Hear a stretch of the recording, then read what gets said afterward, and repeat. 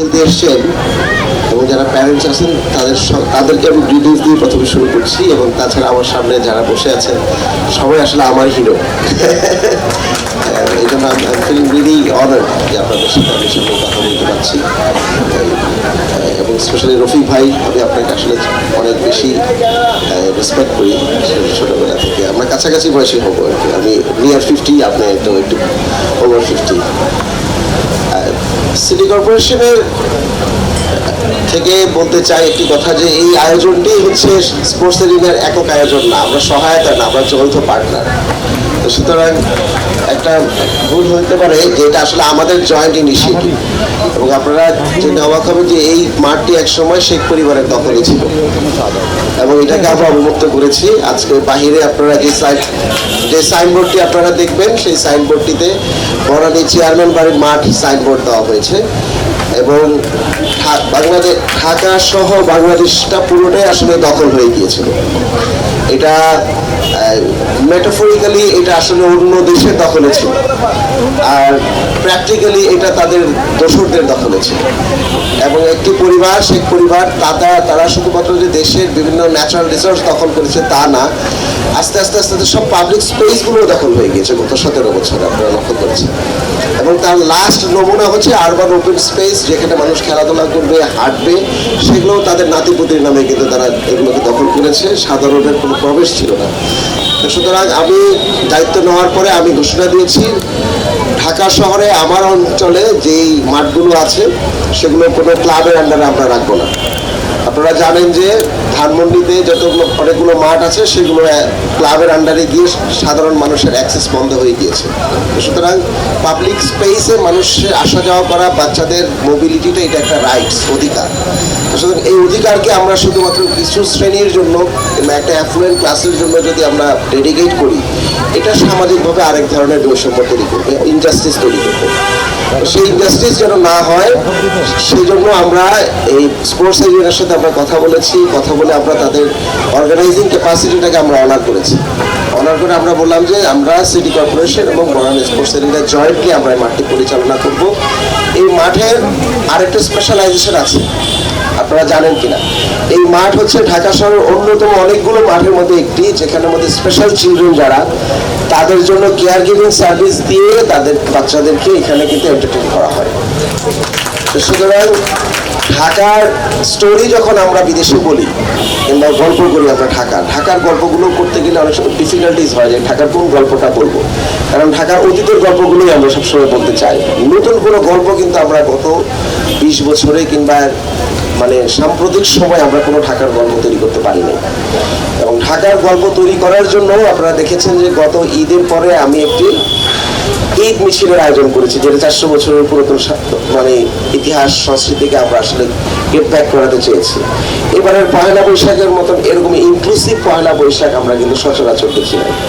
সুতরাং এগুলো ঢাকার গল্প, ঢাকার গল্প হবে ঢাকার সংস্কৃতির গল্প, এবং ঢাকার গল্প হবে এই যে পাবলিক স্পেসগুলো যেগুলো আছে। হতাশার গল্পটা অনেক কম হবে, যেই আমাদের সঞ্চালক যেটা বললেন যে আমাদের পাবলিক স্পেস কমে যাওয়ার কারণে ঢাকার বাচ্চা কাচ্চারা কিন্তু স্পোর্টসে আমাদের কন্ট্রিবিউশন অনেক কম। তো সুতরাং ঢাকার গল্পকে আমরা আবার ফিরিয়ে আনতে চাই, এবং সেরকম একটি বড় গল্প হচ্ছে যে আমরা যখন বাহিরে যাব, ঢাকায় এরকম আরও অনেকগুলো মাঠ আছে, আপনারা জানতে পারবেন, সিটি কর্পোরেশনের ওয়েবসাইটে গেলে দেখতে পাবেন, সেই মাঠগুলোতে আমরা স্পেশাল নিডস চিলড্রেনদেরকে, অটিস্টিক চিলড্রেনদেরকে আমরা ডেডিকেটেডলি কেয়ার গিভিং সার্ভিস দিয়ে তাদের মনোরঞ্জন এবং তাদের বিকাশের জন্য আমরা সহায়তা করছি। এবং এই মডেলটি হবে লোকালি লেড, মানে স্থানীয় যারা মাঠ কমিটিতে থাকবেন, সবগুলো মাঠের আমরা কমিটি করে দিচ্ছি স্থানীয় জনগণকে নিয়ে, স্থানীয় যারা আদিবাসী আছেন তাদেরকে নিয়ে, যেখানের মধ্যে সবাই থাকবে, বয়স্ক, ছাত্র প্রতিনিধি, অন্যান্য সকলে মিলে এগুলো চালাবেন। এবং 7 মাসে 2 দিন থেকে 3 দিন আমরা মাঠকে রেস্ট দেওয়ার জন্য ব্যবস্থা করবো, তখন আমরা মাঠ না হলে মাঠে ঘাস উঠবে না, সেটা একটি বড় বিষয়। দ্বিতীয় হচ্ছে যে রাতের বেলা হয়তো বা কমার্শিয়াল কোনো অ্যাক্টিভিটিতে করতে পারেন, রাতের বেলা মাঠ যেতে রেভিনিউ দরকার, রেভিনিউটি আসবে রাতে খেলার মাধ্যমে, সেটা কমার্শিয়ালি হবে, বাট দিনের বেলা it is free for everyone. সুতরাং জাস্টিসও এনশিওর করা হবে, সাস্টেনেবিলিটিও এনশিওর করা হবে। গত 2 মাসে আমি 4টি মাঠ উদ্ধার করেছি। গত 5 দিনের আগের দিন আমরা প্যারিস মাঠে একটি বৈশাখী মেলা আয়োজন করা হচ্ছে স্থানীয় রাজনৈতিক নেতাদের মাধ্যমে, আমরা এটাকে গুড়িয়ে দিয়েছি।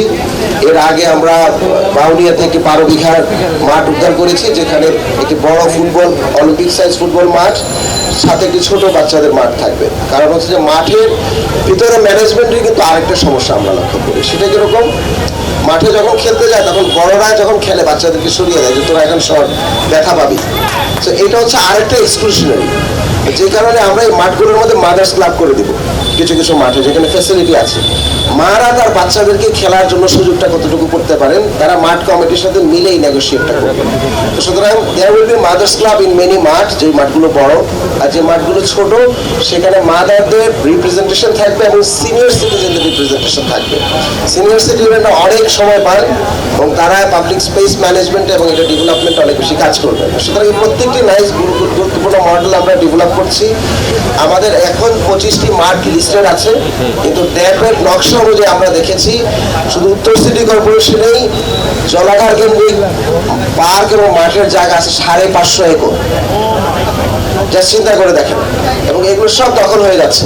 আমি রাজুককে ডেকে আমরা জয়েন্টলি সিদ্ধান্ত নিয়েছি 550 একরের খাজনা খারিজ এবং রেজিস্ট্রেশন বন্ধ করে দেওয়া হবে।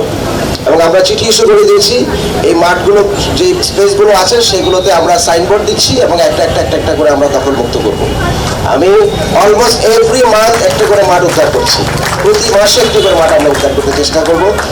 পাবলিক স্পেসের জন্য আমরা একটি বড় ল্যান্ডস্কেপ আর্কিটেক্ট টিম রেডি করেছি। আমরা গণশুনানি করছি, গণশুনানিতে আমরা আলোচনা করছি মানুষের মেমোরিজ। এই যে একটু আগে যে আলোচনা হচ্ছে যে আমরা এক সময় অনেক খেলতাম, মানুষটা মেমোরি থেকে বলছে গণশুনানিতে আমি এই জায়গার মধ্যে ঘোরাঘুরি করছি এক সময়, এই এলাকার কোন জায়গাটা তার ভালো লাগে, কোন জায়গাটা ভালো লাগে না, এই ধরনের কথা বলে ওয়ার্কশপ করে আমরা একটা সোশ্যাল ম্যাপিং করছি যে এই ওপেন জায়গাগুলো কালের বিবর্তনে প্রথমে বস্তি হয়েছে, তারপরে ইনফরমালি দখল হয়েছে, তারপর পার্মানেন্ট দখল হয়েছে। আমরা এটা লিস্টিং করতেছি, লিস্টিং করে আমরা এগুলো সব উদ্ধার করে ফেলবো আশা করবো। তো আমার সময় লাগবে, কিন্তু আমি উদ্ধার প্রক্রিয়াটা শুরু করে দেবো। সব উদ্ধার করলে অনেক সময় মিডিয়া বলবে যে ওভার এস্টিমেটেড কথাবার্তা বলছি, বাট গ্র্যাজুয়ালি শুরু করবো। 2 মাসে যদি আমি 4টা মাঠ উদ্ধার করতে পারি, তাহলে আমি মনে করি যে আমি 1 বছরে 24টা উদ্ধার করতে পারবো। এতটুকু সক্ষমতা আমার আছে। এবং আমার দীর্ঘ টাইমে আমি আরবানাইজেশন এবং ওয়াটার নিয়ে কাজ করেছি প্রায় 2 যুগের বেশি সময় ধরে। সুতরাং আমি এক্স্যাক্টলি জানি নগরের বিড়ম্বনাটা কোথায়। সুতরাং সেটা মাথায় রেখে আমরা চেষ্টা করছি কাজগুলো করার জন্য। এই আগামী মাসের 1 তারিখ থেকে আমরা প্রতিটি ওয়ার্ডে ফুটবল টুর্নামেন্ট আয়োজন করছি। প্রতিটি ওয়ার্ডে 1 লাখ টাকা প্রাইজ মানি ফুটবল টুর্নামেন্ট হচ্ছে। 54টি ওয়ার্ড আমার 54 লক্ষ টাকা প্রাইজ মানি দিয়ে আমি উদ্বোধন করছি। এবং এরপর আমরা ক্রিকেট খেলার জন্য যাব। প্রতি বছরে মিনিমাম 4টি টুর্নামেন্ট হবে সিটি কর্পোরেশন থেকে। নারীদের জন্য আলাদা ফুটবল টুর্নামেন্টের ব্যবস্থা আমরা করবো এই ফুটবল টুর্নামেন্টে। তো সুতরাং নারীদের স্পেসগুলো যেন অনেক বেশি থাকে শহরের মধ্যে। এগুলো শুধুমাত্র যে রিক্রিয়েশন এবং ইউথ ডেভেলপমেন্ট তা না, এর সাথে সাথে শহরের মধ্যে যে কালচারাল ফ্যাসিজমের যে বড় ভয় আমরা সামনে পাচ্ছি, সেইটা স্পোর্টস দিয়ে এবং কালচারাল অ্যাক্টিভিটি দিয়ে কিন্তু মোকাবেলা করা লাগবে। আর কোনোভাবে মোকাবেলার কোনো সুযোগ নাই। তো সুতরাং যত বেশি আমরা মানুষজনদেরকে একসাথে ইনক্লুসিভ করতে পারবো, আমরা তত সুন্দর একটি ন্যায্য ঢাকা করতে পারবো। তো আপনারা যারা আজকে এসছেন, আপনাদের সকলকে আমরা সিটি কর্পোরেশনের পক্ষ থেকে শুভেচ্ছা জানাচ্ছি, একমাত্র শুভেচ্ছা। ধন্যবাদ।